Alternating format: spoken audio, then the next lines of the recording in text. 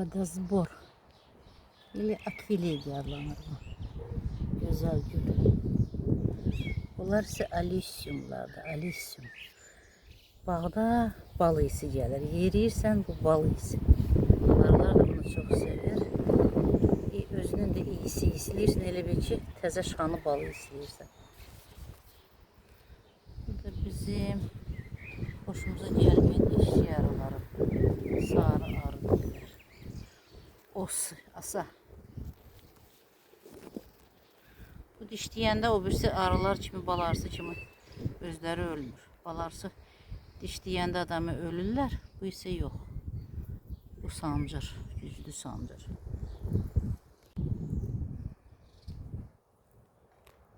Barbaris Trunberga çiçeği açıp bu yıl 1. ildi.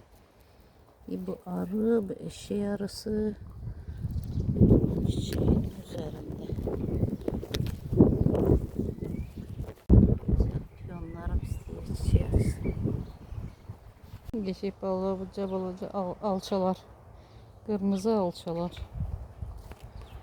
Bu da cavalı.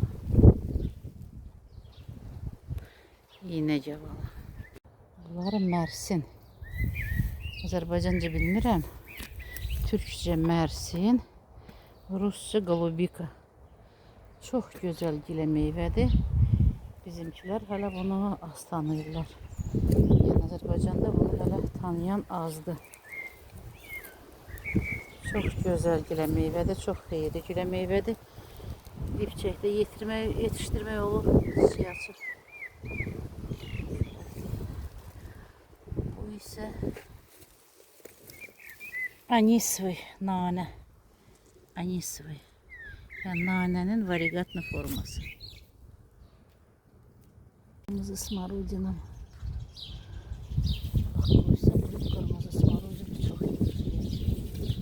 Çok güzel getiriyor.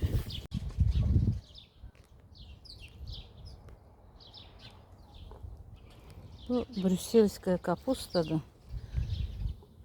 Çiçeği açır. Geçen ildən qalıbdı. Toxumuşum, saxlamışım. Xırda balaca kələmlər olur.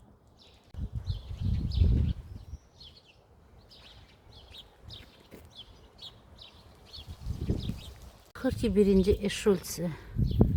Bu eşultsi, kaliforniyski lalə deyirlər buna. 1. çiçəkdə açıbdı.